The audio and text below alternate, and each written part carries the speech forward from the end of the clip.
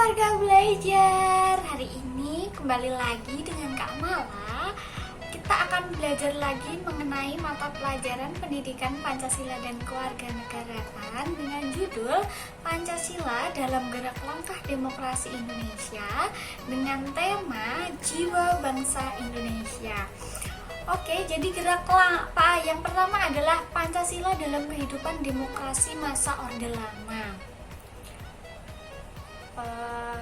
Gerak langkah demokrasi Indonesia pada masa Orde Lama dapat dilihat melalui penetapan Presiden nomor 19 tahun 1965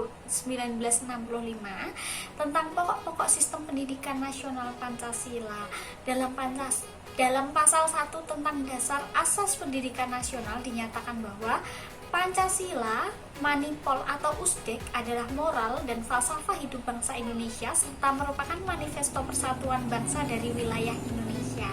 Demikian pula merupakan perasaan kesatuan jiwa sebagai Weltanschauung bangsa Indonesia dalam penghidupan nasional sebagai landasan bagi semua pelaksanaan pendidikan nasional, yakni Pancasila, Manipol atau Usdek.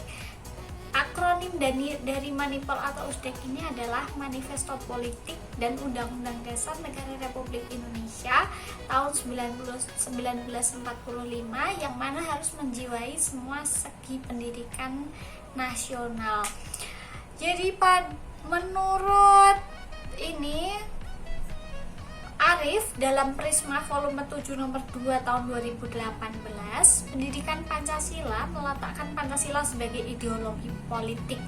Adapun dalam materi pendidikan nasional Pancasila itu terdapat 7 bahan pokok indoktrinisasi atau yang disebut dengan TUBAPI. Ketujuh bahan pokok indoktrinasi tersebut adalah: yang pertama, lahirnya Pancasila; 2. Undang-Undang Dasar 1945; 3.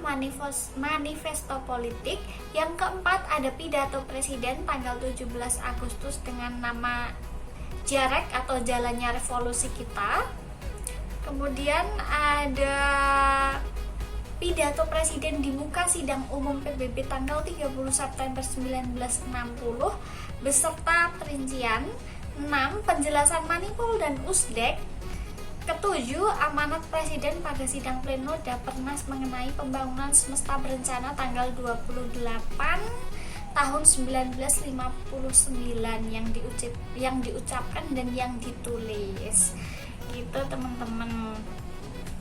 Oh iya, kalian juga perlu tahu, jadi pada masa Orde Lama, Pancasila dipahami berdasarkan paradigma yang berkembang pada situasi dunia yang diliputi oleh tajamnya konflik ideologi, yang pada saat itu kondisi politik dan keamanan dalam negeri diliputi oleh kekacauan dan kondisi sosial budaya berada dalam suasana tradisional dari masyarakat terjajah menjadi masyarakat merdeka.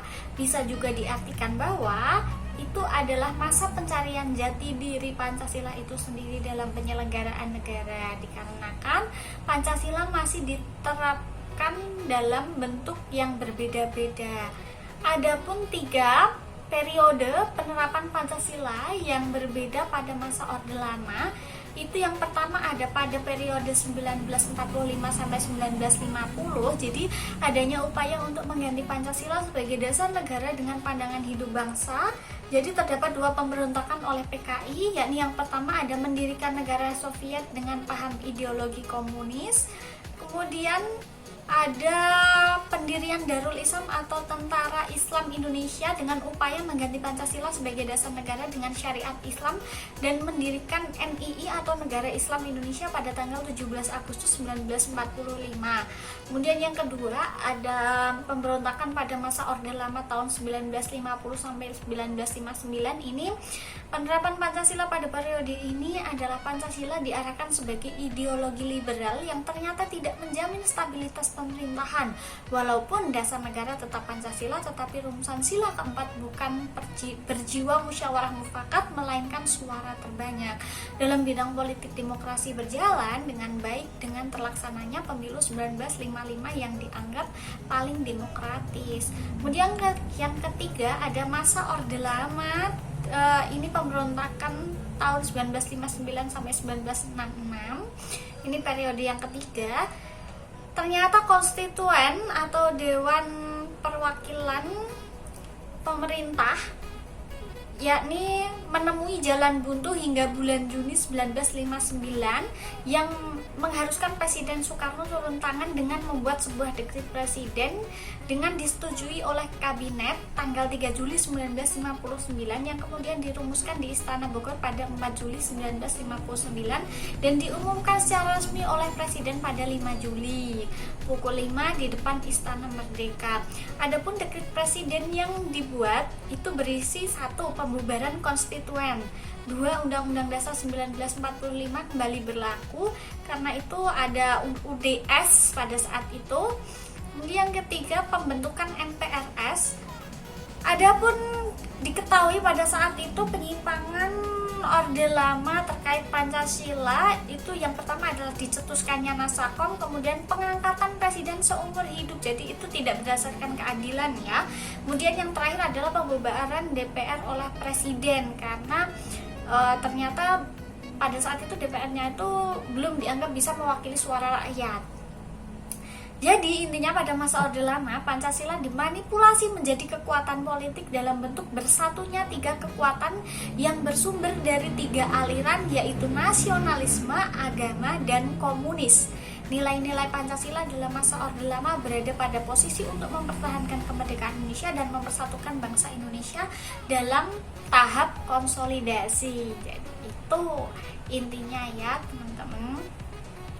Kemudian pada tahap Pancasila dalam kehidupan demokrasi masa Orde Baru. Jadi ini Pancasila dalam demokrasi masa Orde Baru berkehendak ingin melaksanakan Pancasila dan Undang-Undang Dasar 1945 secara murni dan konsekuen sebagai kritik terhadap Orde Lama yang telah menyimpang dari Pancasila melalui 4P atau pedoman, penghayatan, dan pengamalan Pancasila, atau bisa kita sebut dengan Eka Prasetya Pancakarsa. Jadi walaupun Pancasila berhasil dipertahankan sebagai dasar dan ideologi negara, dapat mengatasi paham komunis di Indonesia, implementasinya jauh dari kata sempurna. Dalam hal ini Pancasila hanya ditafsirkan bagi penguasa atau pemerintah dan tertutup untuk tafsir dalam bentuk lain gitu teman-teman di masa Orde Baru. Adapun ini Pancasila di Orde Lama itu Republik Indonesia Serikat kan dibubarkan pada tanggal 17 Agustus, kemudian berlaku Undang-Undang Dasar 1945 tahun 1950 sehingga tadi ada dekret presiden. Kemudian adapun ini terkait Pancasila dalam kehidupan demokrasi masa Orde Baru ini, yang pertama itu Pancasila itu disosialisasikan yang pertama melalui penataran P4 di sekolah-sekolah dan masyarakat dengan tujuan membentuk pemahaman yang sama mengenai demokrasi Pancasila sehingga mampu menegaskan opini masyarakat terhadap kepemimpinan Orde Baru. Orde Baru ini masuk kepada kepemimpinannya siapa teman-teman? Ya, Pak Soeharto. Dan yang kedua ada doktrinisasi. Ini cara-cara pada masa Orde Baru terkait konsolidasi mengenai Pancasila. Yang kedua melalui doktrinisasi, melalui indoktrinisasi yang dilakukan secara uniform kepada semua lapisan masyarakat, mahasiswa, lembaga-lembaga pemerintahan tanpa disertai keteladanan para pemimpin tentang nilai-nilai Pancasila. Kemudian yang nomor 3, Pancasila sebagai alat dan instrumen kekuasaan dengan mengekang kehidupan bermasyarakat. Kalau warga belajar tahu ya pada saat itu. Yang keempat ada Pancasila disalahgunakan sebagai ideologi penguasa untuk memasung pluralisme dan mengekang kebebasan berpendapat masyarakat dengan dalih menjaga persatuan dan kesatuan. Kalau kalian tahu pada saat itu ada yang mengkritik presiden itu aja, orang itu bisa hilang tanpa kita ketahui, dan hilangnya kemana juga kita nggak tahu gitu loh. Kemudian yang kelima itu pada saat itu tidak semua nilai-nilai Pancasila pada masa Orde Baru negatif, tapi ada hal yang bijak untuk menempatkan Pancasila secara dinamis. Kemudian sistem demokrasi di era Soeharto yang menggunakan sistem pemerintahan sentralistik di mana kegiatan demokrasi hanya berpusat pada pemerintah pusat. Jadi pemerintah daerah ini nggak diperhatikan, tapi lebih berpusat kepada pemerintahan pusat saja. Jadi kan kita Indonesia ini luar biasa besarnya ya, luas negara kita, tapi ternyata pada saat itu demokrasi hanya berpusat pada pemerintah pusat dan daerah ini nggak begitu diperdulikan gitu.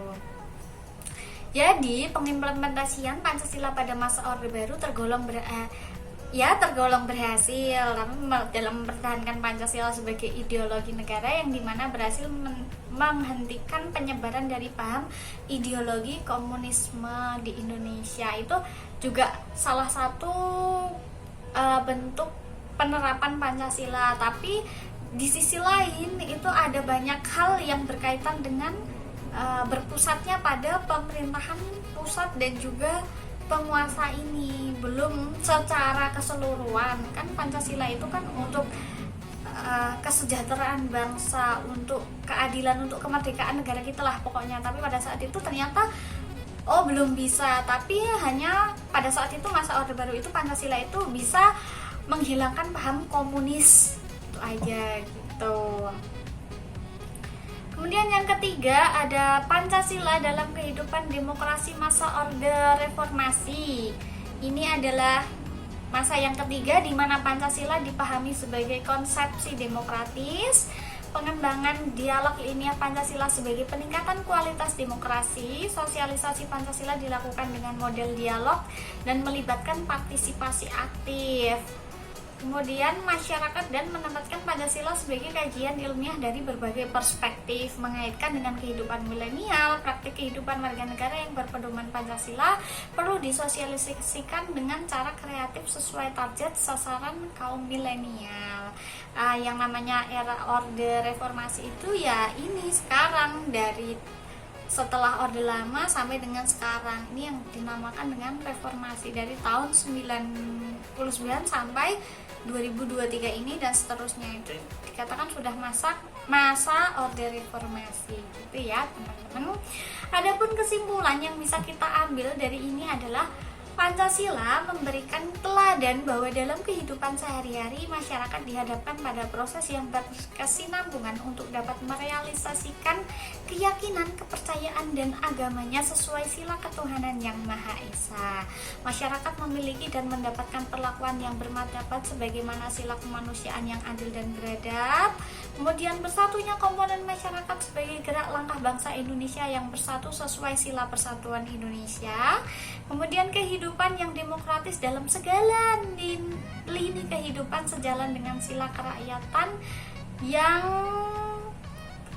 dipimpin oleh hikmat kebijaksanaan dalam permusyawaratan atau perwakilan. Ini artinya keadilan merata sesuai sila keadilan sosial bagi seluruh rakyat Indonesia gitu ya teman-teman, untuk terkait proses demokrasi dari mulai Orde Lama sampai dengan reformasi pada saat ini. Kurang lebihnya Kak Mala mohon maaf, pamit undur diri dan terima kasih untuk partisipasinya. Sampai jumpa.